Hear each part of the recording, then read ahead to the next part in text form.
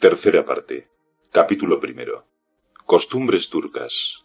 1. Juan Pablo Rubín no podía vivir sin pasarse la mitad de las horas del día o casi todas ellas en el café. Amoldada su naturaleza a este género de vida, habríase tenido por infeliz si el trabajo o las ocupaciones le obligaran a vivir de otro modo. Era un asesino implacable y reincidente del tiempo, y el único goce de su alma consistía en ver cómo expiraban las horas dando boqueadas y cómo iban cayendo los periodos de fastidio para no volver a levantarse más. Iba al café al mediodía, después de almorzar, y se estaba hasta las 4 o las 5. Volvía, se retiraba hasta más de medianoche o hasta la madrugada, según los casos. Como sus amigos no eran tan constantes, pasaba algunos ratos solo, meditando en problemas graves de política, religión o filosofía, contemplando con incierto y soñoliento mirar las escayolas de la Escocia, las pinturas ahumadas del techo, los fustes de hierro y las mediacañas doradas. Aquel recinto y aquella atmósfera éranle tan necesarios a la vida, por efecto de la costumbre que sólo allí se sentía en la plenitud de sus facultades. Hasta la memoria le faltaba fuera del café, y como a veces se olvidara súbitamente en la calle de nombres o de hechos importantes, no se impacientaba por recordar, y decía muy tranquilo: «En el café me acordaré». En efecto, apenas tomaba asiento en el diván, la influencia estimulante del local dejábase sentir en su organismo. Heridos el olfato y la vista, pronto se iban despertando las facultades espirituales, la memoria se le refrescaba, y el entendimiento se le desentumecía. Proporcionábale el café las sensaciones íntimas que son propias del hogar doméstico, y al entrar le sonreían todos los objetos como si fueran suyos. Las personas que allí viera constantemente, los mozos y el encargado, ciertos parroquianos fijos, se le representaban como unidos estrechamente a él por lazos de familia. Hasta con la jorobadita, que vendía en la puerta fósforos y periódicos, tenía cierto parentesco espiritual. Pero, aunque Juan Pablo se encariñaba de este modo con el local, había cambiado de café bastantes veces en el espacio de 5 años. Equivale a esto a mudar de vivienda, y como todos los cafés de Madrid se parecen lo mismo que se parecen las casas, Juan Pablo llevaba en sí propio su domesticidad, y a los 2 días de frecuentar un café ya se encontraba en él como en familia. Los cambios eran determinados por ciertas corrientes de emigración que hay en la sociedad de los vagos, y que no se sabe a qué obedecen. Unas veces el impulso partía de algunos amigos inconstantes, tocados de la manía de la variedad. Otras la emigración era motivada por una cuestión muy desagradable con aquel señor de la mesa próxima. Ya provenía de que el amo del café se portó cochinamente cobrando a la tertulia unas copas que se habían roto al discutir las verdaderas causas de la muerte de Concha en Montemuru, ya por fin de un desmejoramiento progresivo e intolerable del género, razón por la cual desearan muchos estrenar los establecimientos nuevos renovados. Juan Pablo no gustaba de iniciar ninguna corriente de emigración, pero la seguía casi siempre. En estas corrientes es fácil que se pierda alguno de la partida, o por rebelde a las mudanzas, o porque las deudas le cautivan en el antiguo local, y allí le hipotecan la asistencia. Pero, en cambio, siempre se gana algún tertulio nuevo que viene a refrescar las ideas y las bromas. Quien se hubiera tomado el trabajo de seguir los pasos de Rubín desde el 69 al 74, le habría visto parroquiano del café de San Antonio, en la corredera de San Pablo, después del Suizo Nuevo, luego de Platerías, del Siglo y de Levante. Le vería, en cierta ocasión, prefiriendo los cafés cantantes y en otra abominando de ellos, recurriendo al de Gallo o al de la Concepción Jerónima, cuando quería hacerse el invisible, y por fin sentar sus reales en uno de los más concurridos y bulliciosos de la Puerta del Sol. A mediodía era siempre de los retrasados, porque se levantaba tarde. Por la noche era infaliblemente el primero. Rara vez, al entrar, encontraba ya allí a don Evaristo González Feijóo o a Leopoldo Montes. La tertulia de la noche tenía un personal distinto de la del día, y eran pocos los que asistían a una y otra. Solo Rubín era punto fijo en ambas. La peña aquella ocupaba 3 mesas, y antes que los parroquianos llegaran, el mozo les ponía a todos el servicio. Juan Pablo entraba a las 8, cuando aún no había en el local más que 3 o 4 personas, y los mozos estaban de conversación sentados junto al mostrador. En este El amo o encargado preparaba los servicios, poniendo pilas de platillos de azúcar. Cada instante se abría la puerta de cristales para dar paso a algún parroquiano, que entraba quitándose la bufanda o desembozándose, y luego se cerraba con fuerte batacazo, para volverse a abrir enseguida con estridente chirrido de goznes mohosos. Era un estribillo abrumador, chirris, entrada del individuo con su puro de estanco en la boca, después pum, y otra vez chirris. El amo saludaba desde el mostrador a algún parroquiano que le caía cerca. Los más gustaban de que se les sirviera el café sin ninguna tardanza, y daban palmadas si el chico no venía pronto. Juan Pablo entraba despacio y muy serio, como hombre que va a cumplir una obligación sagrada. Dirigía el paso gravemente hacia las mesas de la derecha, y se sentaba siempre en el propio sitio con matemática exactitud.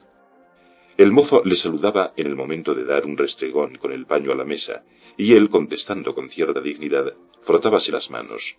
Se acomodaba bien en el asiento, conservando la capa sobre los hombros. Después se acercaba el vaso, poniendo a la derecha, a la discreta distancia a que se pone el tintero para escribir, el platillo del azúcar, y luego atendía a la operación de verter en el vaso la leche y el café, poniendo mucho cuidado en que las proporciones de ambos líquidos fueran convenientes, y en que el vaso se llenara sin rebosar. Esto era elemental. Después cogía la cuchara con la mano izquierda, y con la derecha iba echando pausadamente los terrones, dirigiendo miradas indulgentes a todo el local y a las personas que entraban. Como veterano del café, sabía tomarlo con aquella lentitud y arte que corresponden a todo acto importante. Imposible que la historia siga a este hombre en todos sus periodos cafeteros, pero no se puede pasar en silencio la etapa aquella de la Puerta del Sol, en que Rubín tenía por tertulios y amigos a don Evaristo González Feijóo, a don Basilio Andrés de la Caña, a Melchor de Relimpio y a Leopoldo Montes, personas todas muy dadas a la política, y que hablaban del país como de cosa propia. Teniendo todos la misma manía, cada cual cultivaba una especialidad, pues Leopoldo Montes llevaba un día y otro infaliblemente noticias de crisis. Don Basilio descendía siempre a menudencias de personal. Relimpio era procaz y malicioso en sus juicios. Rubín descollaba por suponerse que todo lo sabía, y que se anticipaba a los sucesos viéndolos venir. Y por último Feijóo era profundamente escéptico, y tomaba a broma todas las cosas de la política.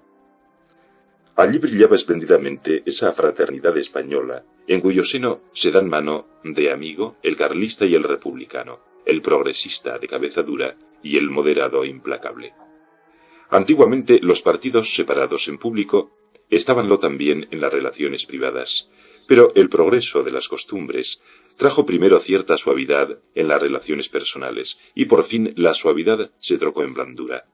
Algunos creen que hemos pasado de un extremo mal a otro, sin detenernos en el medio conveniente, y ven en esta fraternidad una relajación de los caracteres. Esto de que todo el mundo sea amigo particular de todo el mundo es síntoma de que las ideas van siendo tan solo un pretexto para conquistar o defender el pan. Existe una confabulación tácita, no tan escondida que no se encuentre a poco que se rasque en los políticos, por lo cual se establece el turno en el dominio. En esto consiste que no hay aspiración, por extraviada que sea, que no se tenga por probable. En esto consiste la inseguridad, única cosa que es constante entre nosotros, la ayuda masónica que se prestan todos los partidos, desde el clerical al anarquista, lo mismo dándose una credencial vergonzante en tiempo de paces que otorgándose perdones e indultos en las guerras y revoluciones. Hay algo de seguros mutuos contra el castigo, razón por la cual se miran los hechos de fuerza como la cosa más natural del mundo. La moral política es como una capa con tantos remiendos que no se sabe ya cuál es el paño primitivo. Hablando de esto, Feijóo y Rubín achacaban la relajación de los caracteres a los desengaños. Yo, decía Feijóo, soy progresista desengañado, y usted tradicionalista arrepentido. Tenemos algo de común. El creer que todo esto es una comedia, y que sólo se trata de saber a quién le toca mamar, y a quién no. 2. Don Evaristo González Feijóo merece algo más que una mención en este relato. Era hombre de edad, solterón, y vivía desahogadamente de sus rentas y de su retiro de coronel del ejército a poco de la guerra de África. Entonces abandonó el servicio activo. Era el único individuo de la tertulia que no tenía trampas ni apuros de dinero. Su existencia plácida y ordenada reflejábase en su persona pulcra, robusta y simpática. Su facha denunciaba su profesión militar y su natural hidalgo. Tenía bigote blanco y marcial arrogancia, continente reposado, ojos vivos, sonrisa entre picaresca y bondadosa. Vestía con mucho esmero y limpieza, y su palabra era sumamente instructiva, porque había viajado y servido en Cuba y en Filipinas. Había tenido muchas aventuras y visto muchas y muy extrañas cosas. No se alteraba cuando oía expresar las ideas más exageradas y disolventes. Lo mismo al partidario de la Inquisición que al petrolero más rabioso. Los escuchaba Feijóo con frialdad benévola. Era indulgente con los entusiasmos, sin duda porque él también los había padecido. Cuando alguno se expresaba ante él con fe y calor, oíale con la paciencia compasiva con que se oye a los locos. También él había sido loco, pero ya había recobrado la razón, y la razón en política era, según él, la ausencia completa de fe. En las tertulias de los cafés hay siempre dos categorías de individuos. Una es la de los que ponen la broza de la conversación, llevando noticias absurdas o diciendo bromas groseras sobre personas y cosas. Otra es la de los que dan la última palabra sobre lo que se debate, soltando un juicio doctoral y reduciendo a su verdadero valor las bromas y los dicharachos.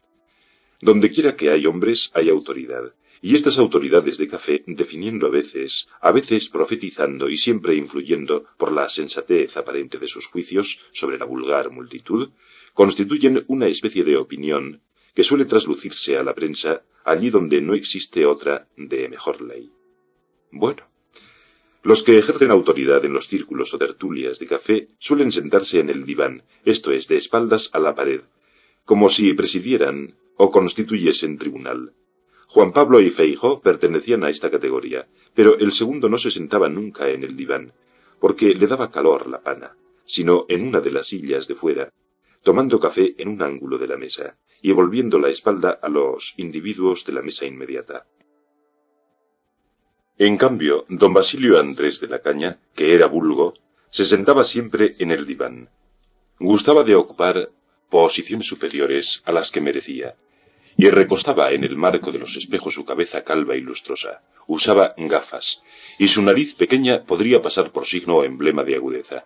Entornaba los ojos cuando daba una respuesta difícil, como hombre que quiere reconcentrar bien las ideas. Su frente era espaciosísima, y su fisonomía de esas que parecen revelar un entendimiento profundo y sintético. Tenía algún parecido con Cavour, de lo que provenían las bromas un tanto pesadas que le daban. Para juzgar su talento acudiremos a un dicho de Melchor de Relimpio. El mejor negocio que se podría hacer en estos tiempos, ¿a que no saben ustedes cuál es? Pues abrirle la cabeza a don Basilio y sacarle toda la paja que hay dentro para venderla. Y don Basilio, que tenía ciertas marrullerías de asno viejo, sacaba partido de su fisonomía engañosa y de aquel aire de hombre conspicuo que le daban su calva de calabaza, su frente abovedada, sus anteojos y su nariz chiquita y prismática. Más de una vez los ministros a quienes se presentó experimentaron los efectos de fascinación que aquella carátula ejercía sobre el vulgo, y le tomaron por una eminencia no comprendida. Cráneo y entrecejo eran un timo frenopático.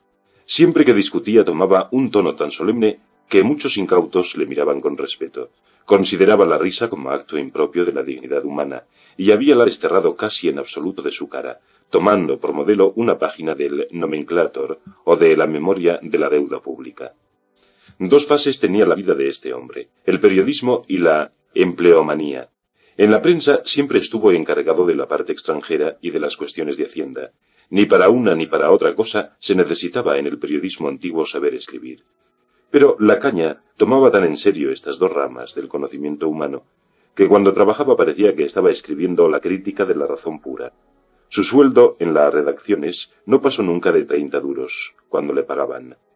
De las redacciones pasaba a las oficinas y de las oficinas a las redacciones, de modo que cuando estaba cesante y la familia pereciendo, alegrábase con sus musas de la política extranjera y de la ciencia fiscal.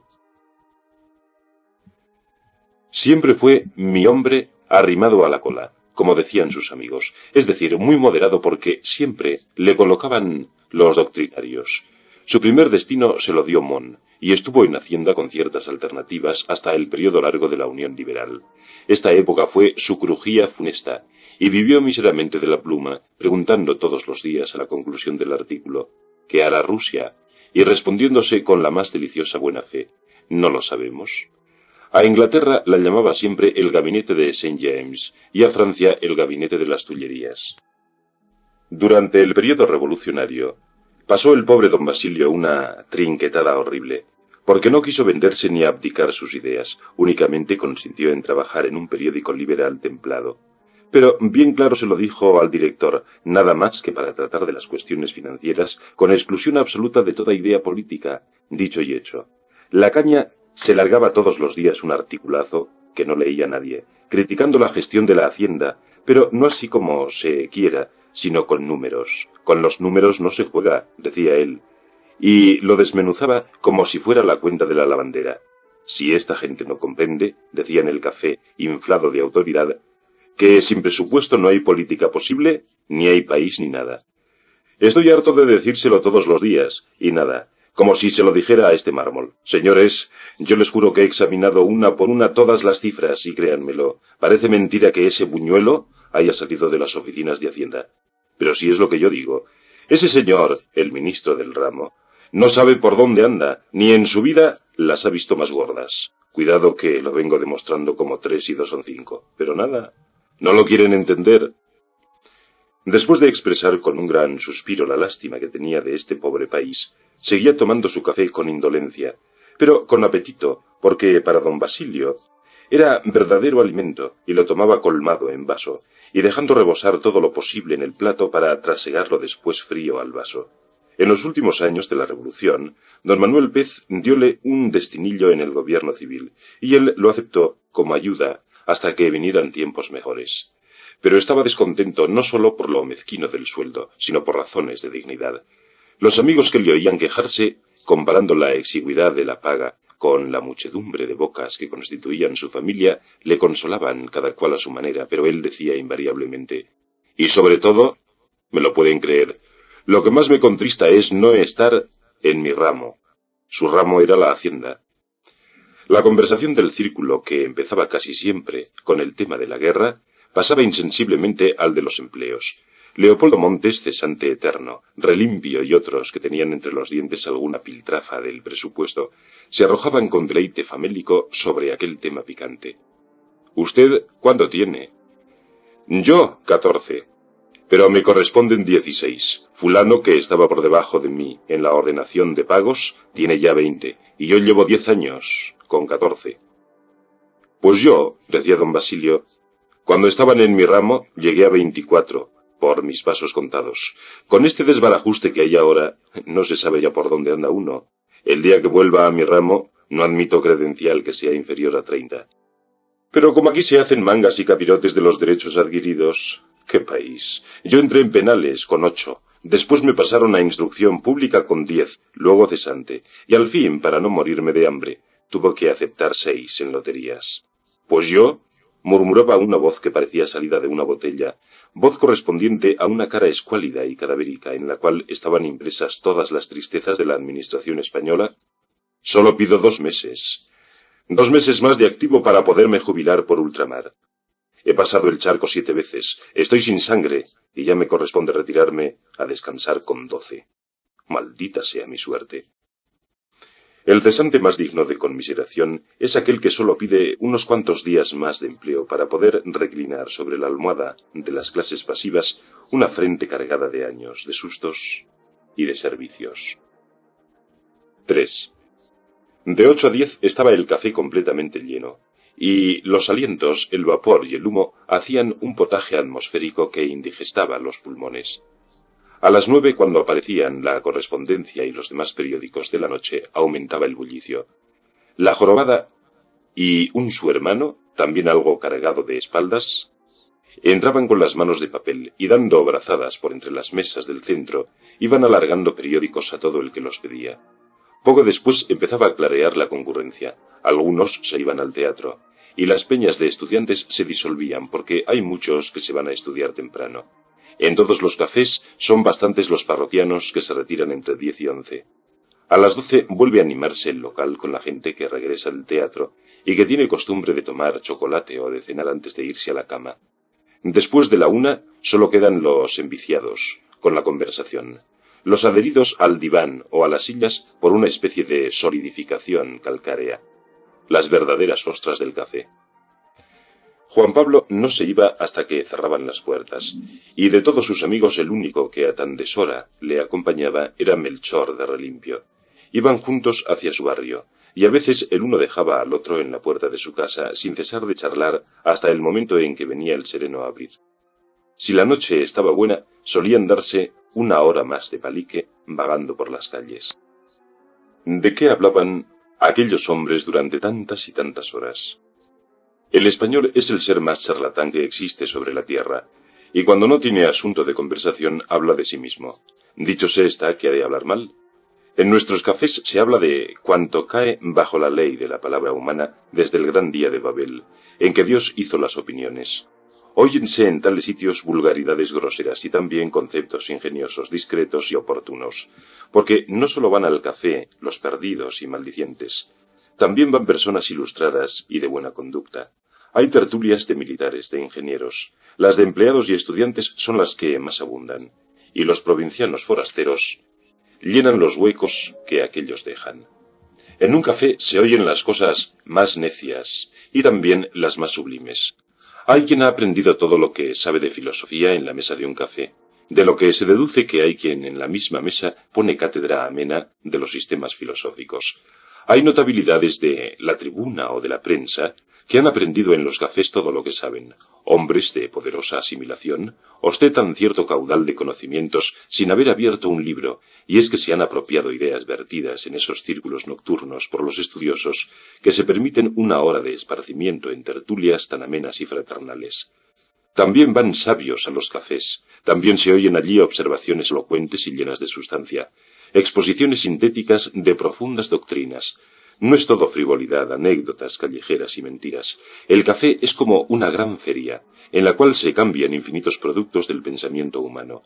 Claro que dominan las baratijas, pero entre ellas corren a veces, sin que se las vea, joyas de inestimable precio. La mesa presidida por Juan Pablo Rubín era la segunda, entrando a mano derecha.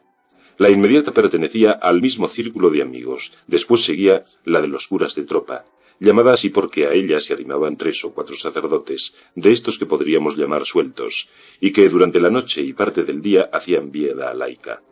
A esta mesa solía ir Nicolás Rubín, vestido de seglar como los otros, sirviendo de transición entre aquel círculo y el próximo, donde su hermano estaba. Las 2 tertulias vecinas vivían en excelentes relaciones, y a veces se entremezclaban los apreciables sujetos que las componían. A la mesa de los presbíteros seguían 2 de escritores, periodistas y autores dramáticos. Federico Ruiz iba por allí muy a menudo, y como era hombre tan comunicativo, metía baza con los curas, de lo que resultó que éstos se familiarizaran con una banda con la gente de pluma y por otra con los amigos de Rubín y Feijóo. A los escritores seguían los chicos de caminos, que ocupaban las 3 mesas del ángulo. Allí empezaba lo que llamaban el martillo, o sea, el crucero del vastísimo local. Dicho crucero era como un segundo departamento del café y estaba invadido por estudiantes, en su mayoría gallegos y leoneses, que metían una bulla infernal. Como todo esto que cuento se refiere al año 74, natural es que en el café se hablara principalmente de la guerra civil. En aquel año ocurrieron sucesos y lances muy notables, como el sitio de Bilbao, la muerte de Concha y por fin el pronunciamiento de Sagunto. Raro era el día que no echaban los periódicos un extraordinario anunciando batallas, desembarcos de armas, movimientos de tropas, cambios de generales y otras cosas que por lo común daban pie a inacabables comentarios.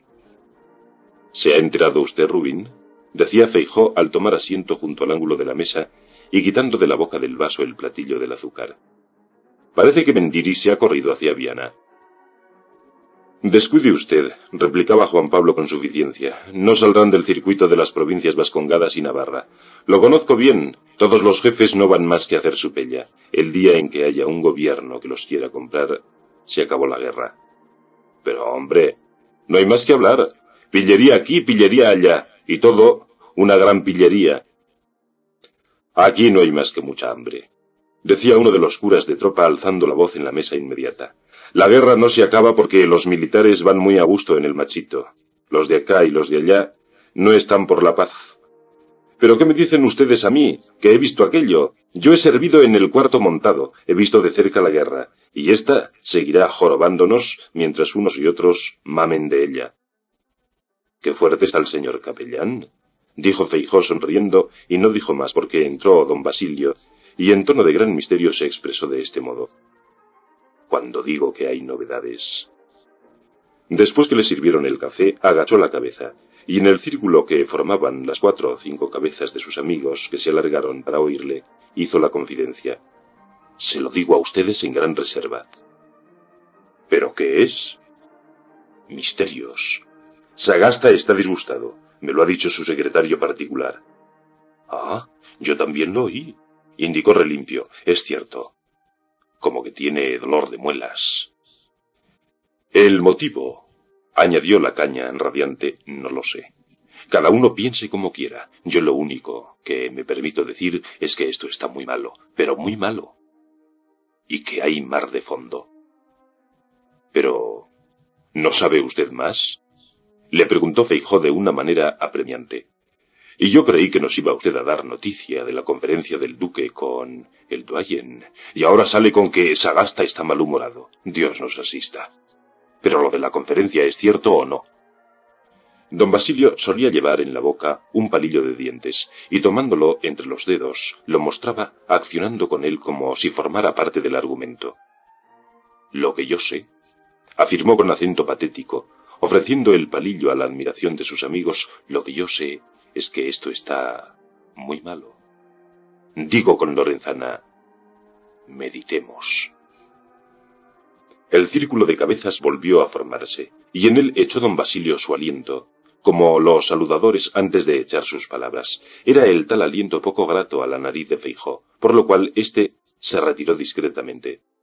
Don Basilio estuvo vacilando entre su conciencia, que le exigía callar, y el deseo de satisfacer la curiosidad de sus amigos. Por fin se violentó un poco para decir: esta tarde Romero Ortiz salió del ministerio a las 4, y al pasar en coche por la calle del Amor de Dios, vio a un amigo, paró el coche, el amigo entró y fueron.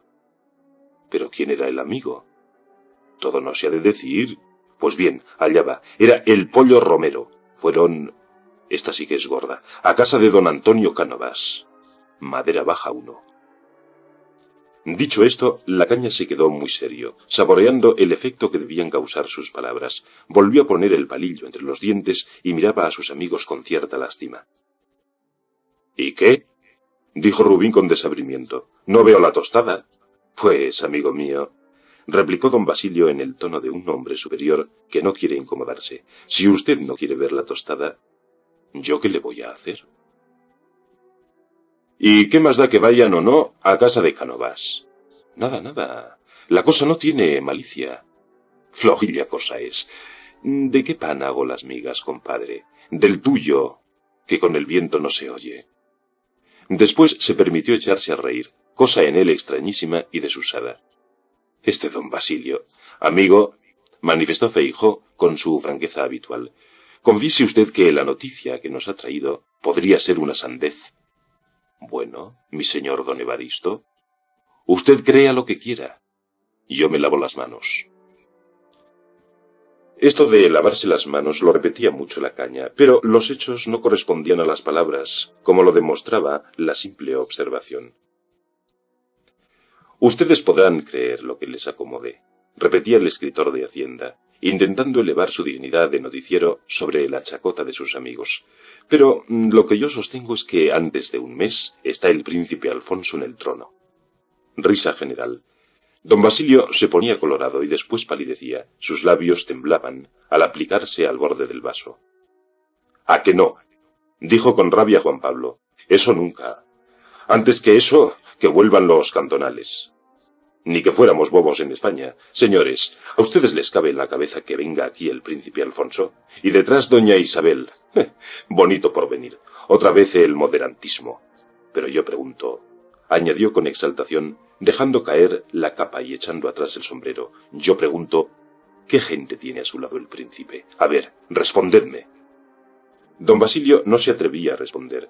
Contentábase con tomar aires de hombre profundo, que no se resuelve a soltar el enjambre de ideas que le zumban en el cerebro. ¿Respondedme? Nadie.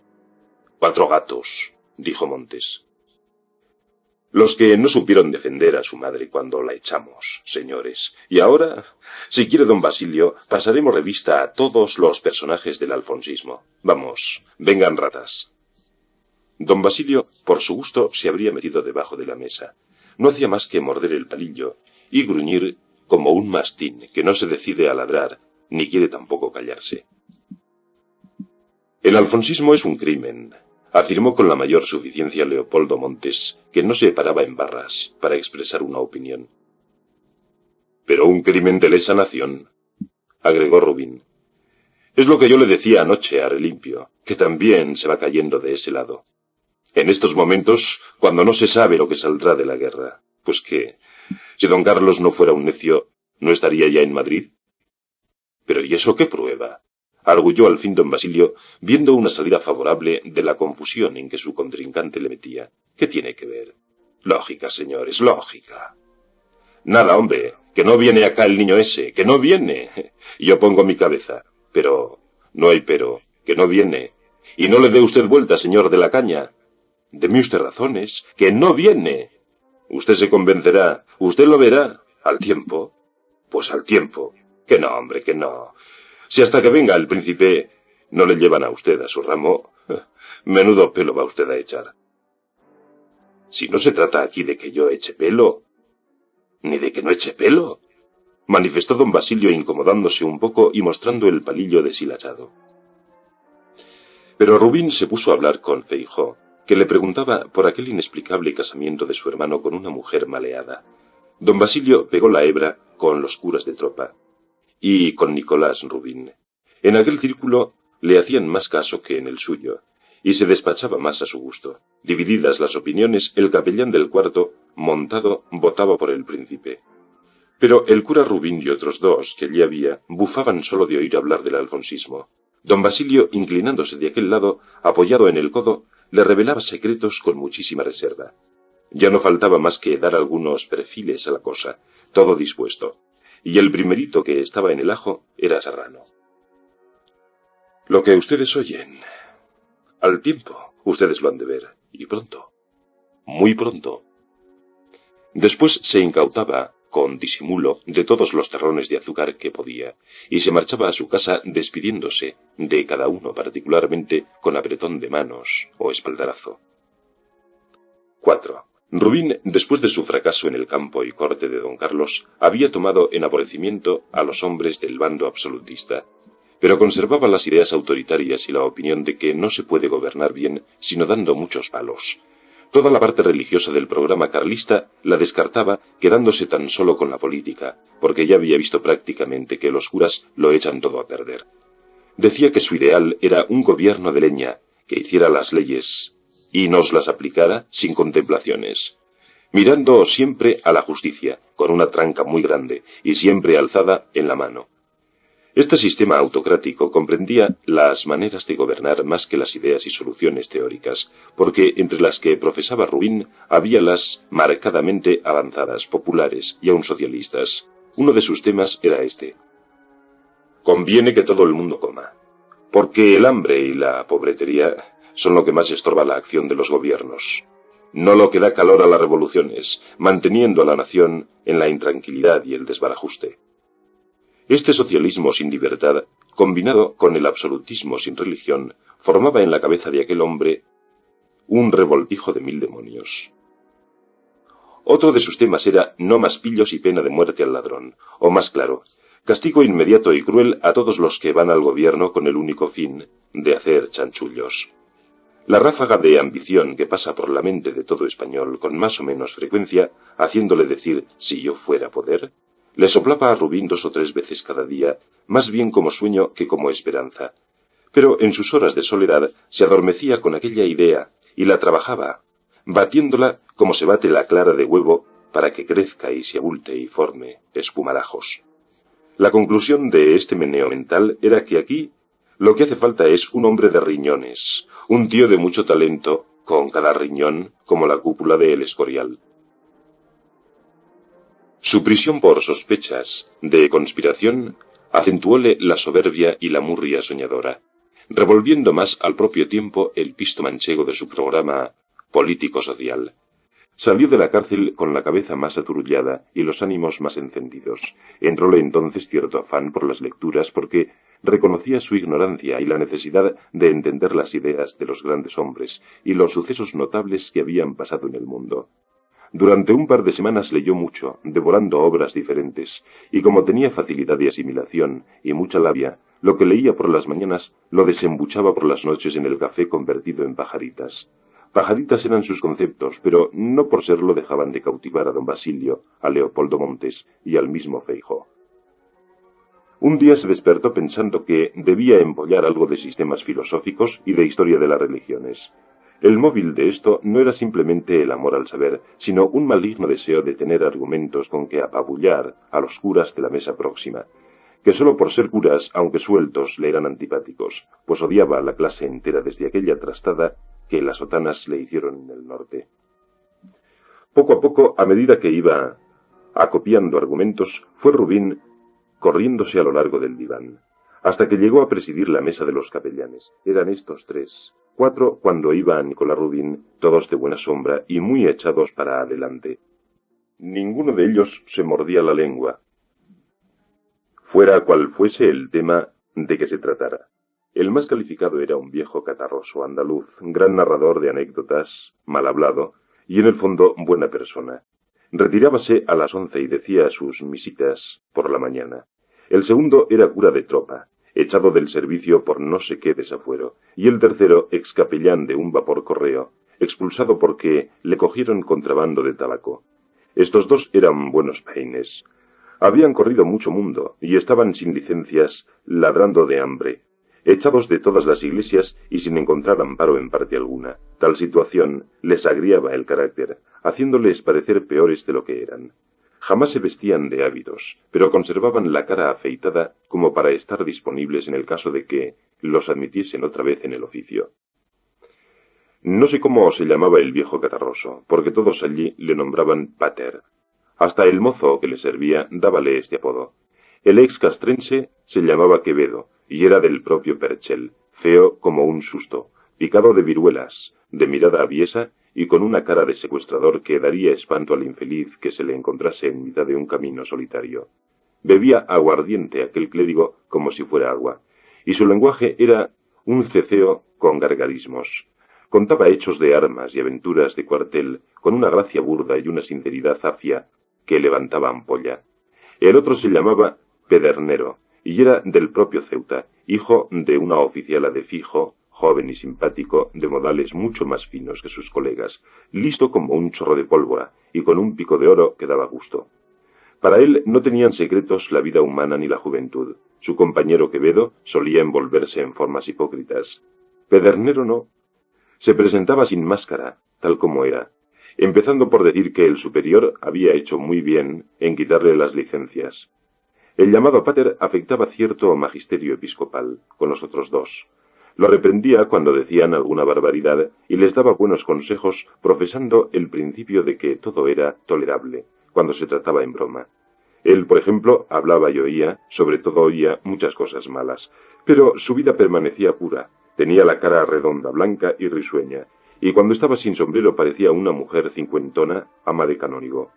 No gustaba de que le armasen en la mesa disputas violentas, sino que se mantuviera la tertulia en el terreno de las hablillas sabrosas y de las chirigotas picantes, aunque fuesen sucias. Pues bien, en este círculo fue donde se coló Juan Pablo con su clerofobia y su pegadizo saber de teología y filosofía católica. Empezó dando puntadas. Como al principio era su charla frívola y de gacetilla, todos se reían, y el pater estaba en sus glorias, pero poco a poco iba sacando Rubín proporciones serias. El poder temporal del Papa fue puesto por los suelos sin que ninguno de los tonsurados hiciese una defensa formal. El pater y Quevedo tomaban la cuestión con calma, oponiendo a los ataques de Rubín argumentos evasivos en estilo jocoserio. Pedernero lo echaba todo a chacota, pero una noche que llevó Rubín, bien fresquecito y pegado con saliva, el tema de la pluralidad de mundos habitados, Pedernero empezó a despabilarse. Era doctor en teología, y aunque había ahorcado los libros hacía mucho tiempo, algo recordaba y tenía además grandes dotes de polemista.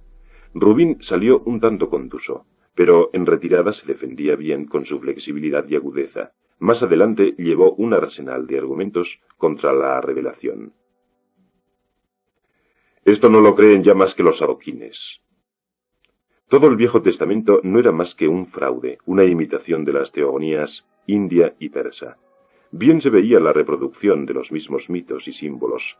El pecado original, la expulsión del paraíso, la encarnación, la redención, eran una serie de representaciones poéticas y naturalistas que se reproducían a través de los siglos, lo mismo a orillas del Éufrates que del Nilo que del Jordán. ¿Sí? Pues ahora lo verás. Esto se dijo Pedernero, cuyo amor propio de teólogo, contrabandista, se picó extraordinariamente. En 2 o 3 días refrescó sus lecturas, rehízo su erudición, descompuesta en los viajes y en la vida de libertino, y bien preparado acudió al torneo a que el otro le retaba con sabidurías de tercera mano, aprendidas en los libritos franceses de ciencia popular a 30 céntimos el tomo. Pues amigo, una noche el ex capellán del vapor Correo se lió la manta, y le dio tal paliza a Rubín que éste hubo de salir con las manos en la cabeza. Había que ver a Pedernero transfigurado, hecho un orador ardiente y lleno de arrogante facundia. El auditorio se estrechaba, y de las mesas próximas y de los veladores del centro acudía gente, apelmazándose en torno de los bravos contrincantes. Rubín era agudo, ágil guerrillero de la discusión. El otro dominaba el asunto y era firme y sobrio de palabras, seguro en la dialéctica.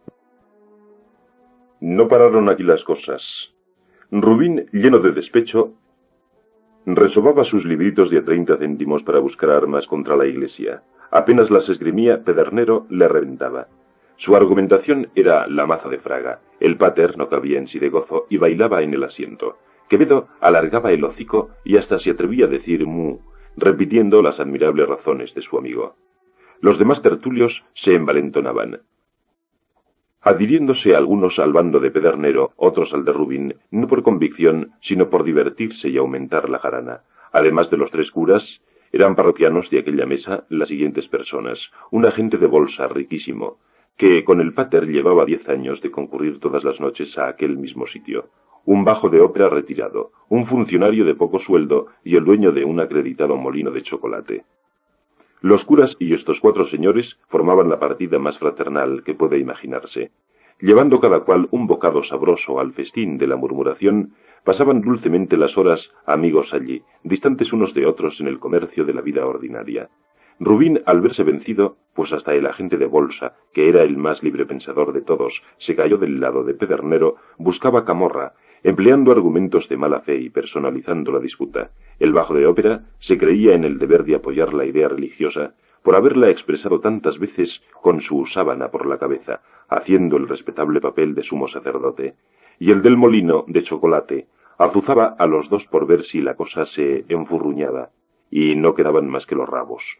Oíanse en aquella parte del café cláusulas furibundas, proposiciones que parecían dichas en un púlpito, y descollaba sobre el tumulto la valiente voz de Pedernero gritando: «Yo le digo a usted que ningún santo padre ha podido sostener ese disparate, no jorobar. Yo le reto a usted a que me traiga el texto, y si no lo trae, es prueba de que lo inventa usted». Aquella noche quedó la cosa mal, y el tono de los contendientes, así como la atmósfera caldeada que en la tertulia reinó, hacían temer una escena desagradable. La catástrofe tuvo lugar a la noche siguiente, pues habiéndose permitido Rubín algunas licencias desfavorables a la reputación de la Virgen María, saltó Pedernero de su asiento, trémulo y descompuesto, en estado de horrible agitación, y lanzó a su contrario anatema tan furibundo que los amigos tuvieron que sujetarlos. «Porque yo soy un lipendi. Yo reconozco», gritaba el capellán ahogándose, «que soy un mal sacerdote, pero delante de mí no hay un judío sin vergüenza que se atreva a hablar mal de la Virgen. O se traga usted esas infamias o le rompo el alma, ahora mismo». No puede describirse lo que allí pasó. Voces, gritos, patadas, caparrotas, vasos volcados, terrones por el suelo. Trincando una botella, Rubín apuntó al cura con tal desacierto que quedó descalabrado el infeliz bajo de ópera. El zipizape fue de los más célebres. Don Basilio tiró de los faldones a Rubín y por poco se queda con ellos en la mano. Todo el café se alborotó. El amo intervino. Emigración. Desde el día siguiente Juan Pablo trasladó sus reales a otro café. 5. El primero que hubo de seguirle fue don Evaristo González Feijóo, a quien era indiferente este o el otro establecimiento. Instaláronse por de pronto en Fornos, y allí esperaron. A la segunda noche fue Leopoldo Montes y a la tercera don Basilio, que los encontró discutiendo de qué café se posesionarían definitivamente. El escritor de Hacienda se apresuró a dar su opinión favorable al café de Santo Tomás, porque allí daban más azúcar que en ninguna parte. Replicó a esto Montes que no había que mirar el caso bajo el prisma exclusivo del azúcar, y que el género que más importaba era el café. El de la aduana estuvo a punto de triunfar. Pero lo desecharon por no estar siempre entre franceses, así como se excluyó el imperial por los toreros, y otro por las cursis que lo invadían. Feijóo se habría quedado allí, pero a Rubín le eran antipáticos los alumnos de escuelas preparatorias militares que iban a Fornos a primera hora. Molestábale también la costumbre que había allí de quitar gas a las 10 de la noche, cuando se iban los tales alumnos. El local se quedaba medio a oscuras, no volviendo a ser bien alumbrado hasta las 12, hora en que venían a cenar los bolsistas. A Rubín le cargaban también los dichosos bolsistas, que no hablaban más que de dinero. Decidieron por fin establecerse en el Siglo de la calle Mayor, donde se encontraron bastantes personas conocidas. Rubín necesitaba algunos días para la aclimatación en nuevo local.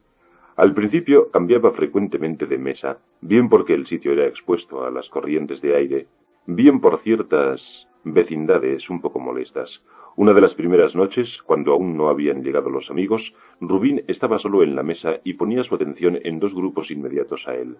En ambos era vivo y animado el diálogo. En el de la derecha decían: «Hoy he hecho yo unas 50 arrobas a 25 reales, pero está la plaza perdida. Los paletos van aprendiendo mucho. Hoy han dicho que no traen más escarola, si no se la ponemos a 10». En el grupo de la izquierda, compuesto de 3 individuos, oyó Rubín lo siguiente: «Te aseguro que yo admito la metempsicosis según la entendían los egipcios y los caldeos». Comprendió Rubín que los de la derecha eran asentadores de víveres y los de la izquierda filósofos de café. En el del Siglo había una gran reunión de espiritistas, a la que concurría por aquella fecha Federico Ruiz. Viole Rubín y se acercó a la tertulia, teniendo el gusto de discutir con los individuos más entusiásticos de aquella secta. Entendía Juan Pablo que esto de ir corriéndola de mundo en mundo, después que uno se muere, es muy aceptable. Pero lo del periespíritu no lo tragaba, ni la guasa de que vengan Sócrates y Cervantes a ponerse de cháchara con nosotros, cuando nos place. Vamos, esto es para bobos. Uno de los más chiflados de la escuela se esforzaba en convencer a Rubín, tomando ese tonillo de unción y ese amaneramiento de cuello torcido y ojos bajos en que cae todo propagandista de doctrina religiosa, cualquiera que sea. Feijóo aparentaba creer por darles cuerda y oírles desatinar. A aquel círculo iba Federico Ruiz, siempre con prisa y con el tiempo tasado, porque a tal hora tenía que asistir a una junta para tratar de la erección del monumento a Jovellanos. Después a otra para ocuparse del banquete que se había de dar a los pescadores de provincias que vendrían al Congreso de Piscicultura. Hombre más atareado no se vio jamás en nuestro país, y como tenía tantas cosas en el caletre, para no olvidar muchas de ellas, se veía obligado a apuntárselas con lápiz en los puños de la camisa. Cuando no tenía que ir a la Sociedad Económica a defender su voto particular como individuo de la Comisión Informadora de Reformas Sociales, iba al fomento de las ciencias, a dar su conferencia sobre la utilidad de elevar a estudio serio el arte de la panificación. Entre col y col, Ruiz pasaba un rato con sus amigos los espiritistas y los alentaba a organizarse o establecerse, a alquilar un local y sobre todo a fundar un órgano en la prensa. Nada adelantarían sin órgano. Iba también a aquel corrillo a Parisi, el concejal, a quien tenían ya medio trastornado los apóstoles. Pepe Samaniego, que no se dejaba embaucar, y Damaso Trujillo, el dueño de la zapatería titulada Al Ramo de Azucenas, que todo se lo creía como un bendito y a solas en su casa hacía experimentos con una banqueta de zapatero.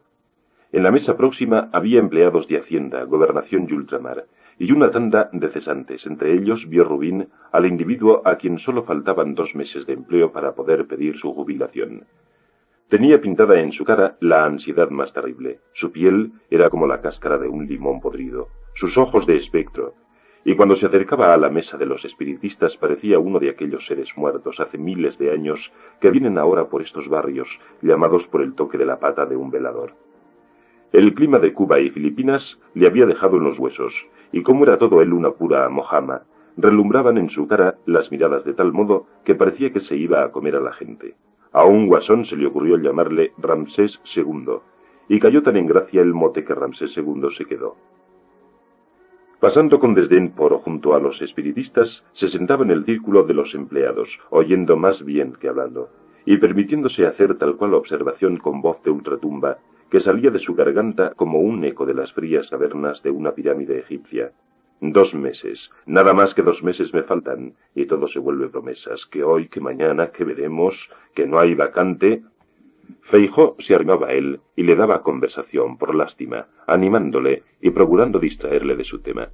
Pero Ramsés II, cuyo verdadero nombre era Villamil, no tenía más consuelo que aplicar su oreja seca y amarilla a la conversación, por si escuchaba algo de crisis o de trifulca próxima que diese patas arriba con todo. Lo que él quería era que se armase gorda, pero muy gorda, a ver si... —¿Pero a usted quién le recomienda? —le preguntó una noche Juan Pablo. —A mí, don Claudio Moyano. Pues entonces, ya está usted fresco. —Dicen que traen al príncipe —indicó Ramsés II con timidez. —Sí, lo traerán los rusos, por las ventas de Alcorcón. Aviado está usted si espera a que venga el príncipe. Aquí lo que viene es la liquidación social, y después sabe Dios, saldrá el hombre que hace falta, un tío con un garrote muy grande y con cada riñón así. Ramsés II bajaba la cabeza. Don Basilio era su único amigo, porque también allí ponía el paño al púlpito para anunciar la venida del príncipe. Por supuesto, añadía, tiene que venir con la estaca de que habla el amigo Juan Pablo. Rubín se encontraba bien en aquel círculo, pero una noche acertó a ver en las mesas de enfrente a un hombre que le desconcertó por completo. Era un amigo suyo que le había prestado dinero. La secreta antipatía que inspira el acreedor manifestábase en el alma de Rubín en forma de un odio recóndito, nacido quizá del sentimiento de humillación que producen las deudas a toda persona de amor propio, muy susceptible. El tal era Cándido Samaniego, hombre medio curial y medio negociante. En su trato afable, en sus negocios duro. Muchas veces renovó a Juan Pablo su pagarés. Y últimamente le había premiado con cierta acritud. Rubín condensaba sus sentimientos respecto al prestamista en esta frase: pagarle y después romperle la cabeza. Desde que le veía en las mesas de enfrente sentía una desazón profundísima, mal de estómago y como ganas de enfadarse. Poníase tan nervioso que le habría tirado un botellazo al primer espiritista que hablase de llamar a Epaminondas para consultarle sobre la marcha de los carlistas por el Baztán. Y el pérfido inglés se dejaba caer hacia aquella mesa pretextando tener que hablar a su primo Pepe, pero con intención de aproximarse a Juan Pablo, ver lo que hacía y cruzar con él algunas palabras.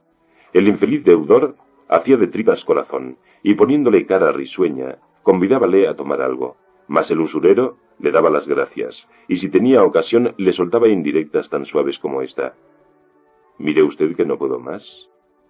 Siempre me está usted diciendo que la semana que entra, y francamente, sentiré verme obligado a dar un paso que... A Rubín se le hacía acíbar el café y la tertulia un infierno. Era insoportable la presencia de aquel hombre, a quien no podía mandar a paseo, imagen viva del desorden de su vida, que se le aparecía como el espectro de una víctima cuando más contento estaba. La única delicia de su triste existencia era el café.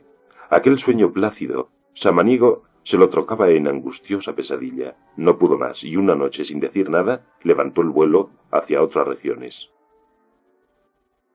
6. En esta nueva emigración, deseando estar lo más lejos posible del siglo, se fue a San Joaquín, en la calle de Fuencarral.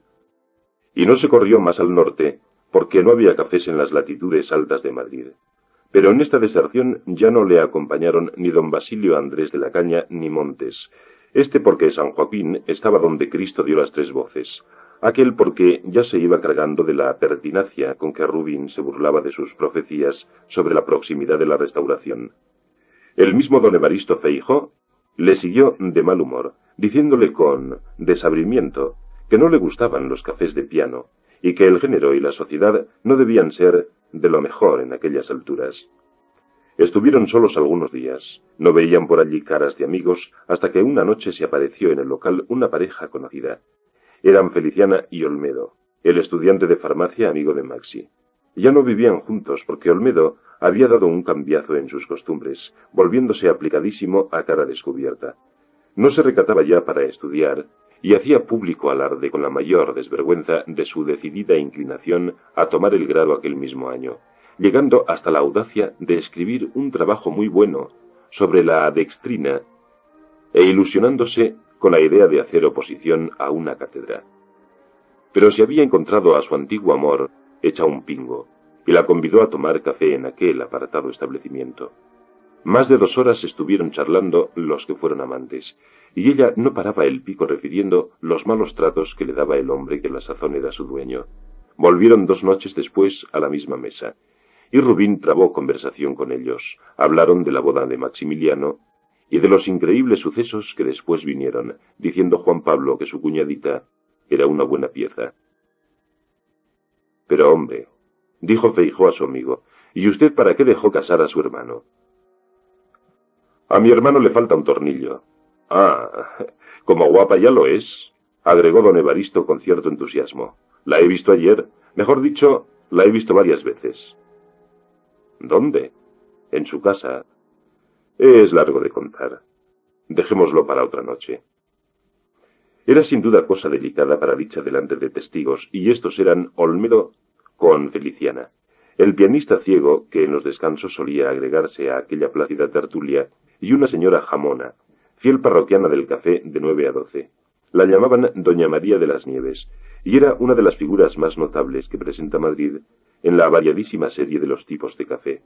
Iba algunas veces sola, otras con una mujer de mantón de borrego que parecía verdulera acomodada.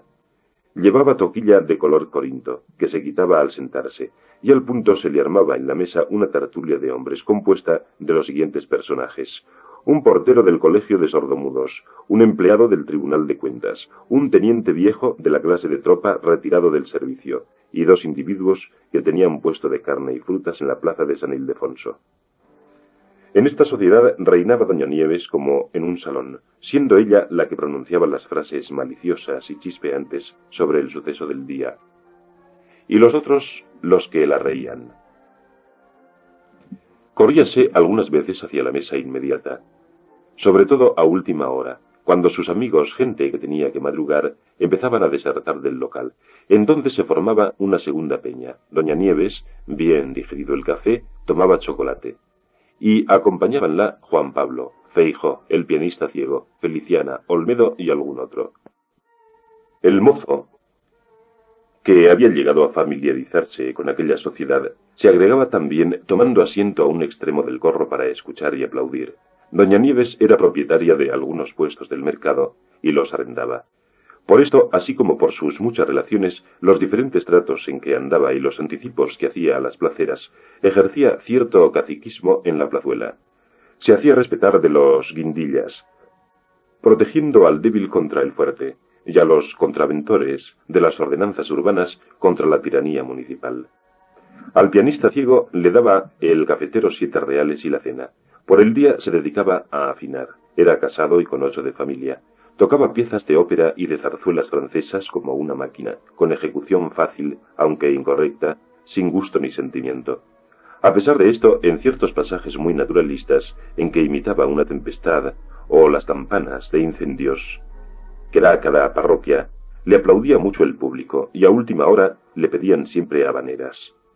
La verdad es que todo esto, doña Nieves y las placeras sus amigas, las mujeres de equívoca decencia que iban allí acompañadas de madres postizas, el mozo y sus familiaridades, el pianista y sus habaneras, aburrían a Juan Pablo soberanamente. Para colmo de hastío, Feijóo no era puntual, y faltaba muchas noches. En cambio, Feliciana y Olmedo iban con más frecuencia, llevando ella una amiguita que acababa de salir de San Juan de Dios. En las últimas semanas del 74, Rubín volvió a sentir comezón de lecturas. Quería instruirse a todo trance, labor inmensa y difícil por carecer de base. Por su padre, con la idea de que al comerciante le estorba el latín, no le permitió aprender más que las 4 reglas y un poco de francés. No tenía biblioteca, y un amigo le proporcionaba libros. Fue a verle. Escogió los que más despertaron su curiosidad por los títulos y consagró a la lectura todo el tiempo que le dejaban libre el café y el sueño. Tantas ideas adquirió que se sentía con vivas ansias de devolverlas por medio de la propaganda. O predicaba o reventaba. Lástima grande no volver a la tertulia de Pedernero para ponerle verde, porque ya sabía lo bastante para pasarse a todos los teólogos por la nariz. Las lecturas de Rubín fueron como un descubrimiento. Ya sospechaba él aquello, pero no se atrevía a expresarlo. El hallazgo era negativo, es decir, había descubierto que la mejor organización de los estados es la desorganización, la mejor de las leyes, la que anula a todas, y el único gobierno serio, el que tiene por misión no gobernar nada, dejando que las energías sociales se manifiesten como les da la gana. La anarquía absoluta produce el orden verdadero, el orden racional y propiamente humano. Las sociedades, claro, tienen sus edades como las personas. Hay sociedades que están mamando, sociedades que andan a gatas, sociedades pollas, sociedades jóvenes y por fin las maduras y dueñas de sí. Sociedades con barbas, en una palabra. Y también con algunas canas. Tocante a religiones y prácticas sociales, que de ellas se derivan, Juan Pablo iba muy lejos, pero muy lejos. Como que no le costaba nada el billete para tan largo viaje. Solo en la edad pueril, cuando a la sociedad se le cae la baba y vive bajo la férula del dominé, se comprende que exista y tenga prosélitos la institución llamada matrimonio, unión perpetua de los sexos, contraviniendo la ley de naturaleza. ¿Y a santo de qué? Vamos a ver. Eso sí, por encima de todo, la naturaleza. Estudiando bien la vida total, el entendimiento se limpia las telarañas que en él han tejido los siglos. La naturaleza es la verdadera luz de las almas, el verbo, el legítimo Mesías, no el que ha de venir, sino el que está siempre viniendo. Ella se hizo a sí propia, y en sus evoluciones eternas, concibiendo y naciendo sin cesar, es siempre hija y madre de sí misma. ¿Qué tal? Toma canela fina. Encontrábase mi hombre con fuerza dialéctica y entusiasmo, bastantes para predicar y extender por todo el mundo aquellas verdades. Pero, como no tenían más público que la tertulia del café, con este inocente auditorio tuvo que contentarse. ¿Y qué? ¿Cuánto mejor no era sembrar la nueva doctrina en entendimientos sencillos y absolutamente incultivados? Pero el mismo Jesucristo no escogió por discípulos a unos infelices pescadores, hombres rudos que no conocían ninguna letra y a mujeres de mala vida.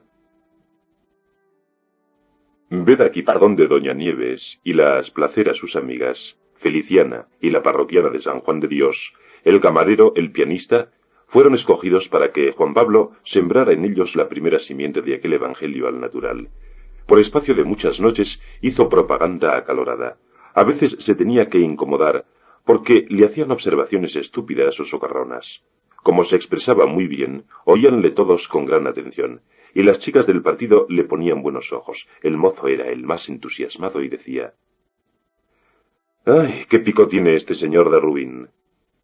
Pasaba lo de la anarquía y aun lo del matrimonio, pero en llegando a que todo es naturaleza, reinaba gran confusión en el auditorio, y doña Nieves, tomando el caso a broma, pedía mayor claridad. «Pero, a ver, don Juan Pablo, explíquese mejor, porque eso de que todos seamos todo, ¿no lo calo yo bien?». Lo primero, hijas mías, decía con unción el expositor, es limpiar el intellectus de errores adquiridos en la infancia, de prejuicios y muletillas. Lo primero es querer entender. No admito argumentos que no sean racionales. ¿Y cuando nos morimos? Preguntó una de las samaritanas. ¿Qué pasa?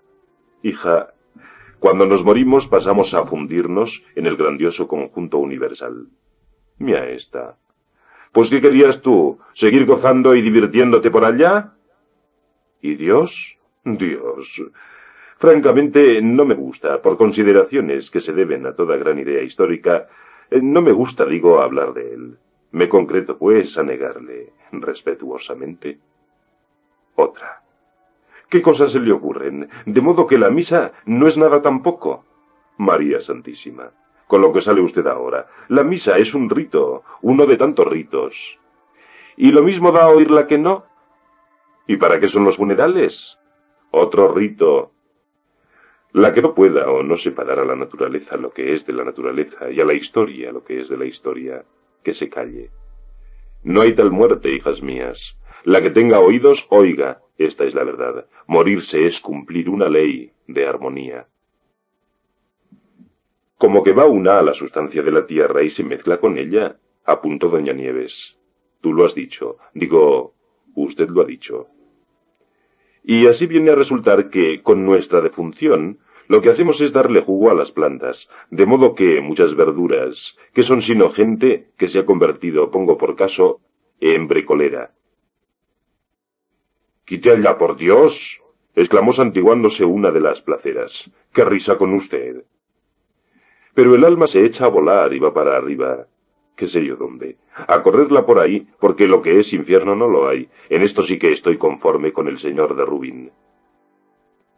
En verdad os digo que no hay infierno, ni cielo, ni tampoco alma, afirmó Rubín con acento apostólico, ni nada más que la naturaleza que nos rodea, inmensa, eterna, animada por la fuerza. ¿Por la fuerza? Sí, aseveró el mozo del café. Por la fuerza, claro. Y hacía gestos como de quien va a levantar un gran peso o a echarse a cuestas un sillar. Llámelo usted, H., repuso doña Nieves, la fuerza, el alma, como quien dice, la idea. Doña Nieves, por amor de Dios, dijo Rubín con desesperación de maestro, que se me está usted volviendo muy hegeliana. Lo que yo no comprendo es una cosa, indicó con la mayor candidez una de las mozas del partido, y es que si no hay nada por allá, ¿dónde están las ánimas? ¿Qué ánimas? Otra. Las ánimas benditas. Juan Pablo soltó la risa. Nada adelantaremos si no os fijáis bien en que el hombre no puede reconocer como real nada que no esté en la naturaleza sensible. El que tenga ojos, que vea. Eso no. Y lo uno no quita lo otro, observó doña Nieves con aplomo, empezando a tomar su chocolate. Porque habrá toda la naturaleza que usted quiera, pero eso no quita que haiga también Santísima Trinidad. Señora, por los clavos de Cristo, dijo el filósofo ya sin saber por dónde tirar, fijemos ante todo el concepto de naturaleza. ¿Qué es la naturaleza? Otra. El campo, indicó con presteza la de San Juan de Dios. Y los animales, murmuró el ciego, que era el que menos hablaba. No digáis tonterías, manifestó doña Nieves. La naturaleza somos nosotros, los pecadores, todos frágiles. ¿Verdad, don Juan Pablo? Los pecados son naturaleza, apuntó otra. Por eso los hijos de pecado los llaman naturales. Claro. Vaya un lío que me arman ustedes. Una de las placeras que presentes estaban tenía muy abultado el seno. En cierta ocasión, estando confesándose, le dijo el cura: sea usted modesta en el vestir, y no haga ostentación de esas naturalezas. ¿Qué es, señor? Eso, la delantera. Por esto, al oír hablar de naturaleza y de pecado, creyó que se referían a aquellas partes que debe cubrir el regato, y dijo escandalizada: vaya unas conversaciones indecentes que sacan ustedes. Indecentes no, hija.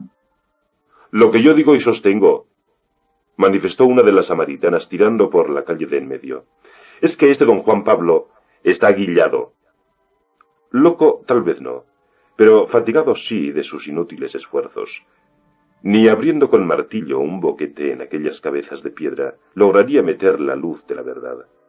Corriéndose al velador inmediato, donde estaban cenando el ciego, mandó al mozo que le pusiese allí su chocolate. El ciego volvió hacia él sus ojos vacíos y muertos, su cara que parecía un quinqué sin encender, y le dijo con profundísima tristeza: «Pero...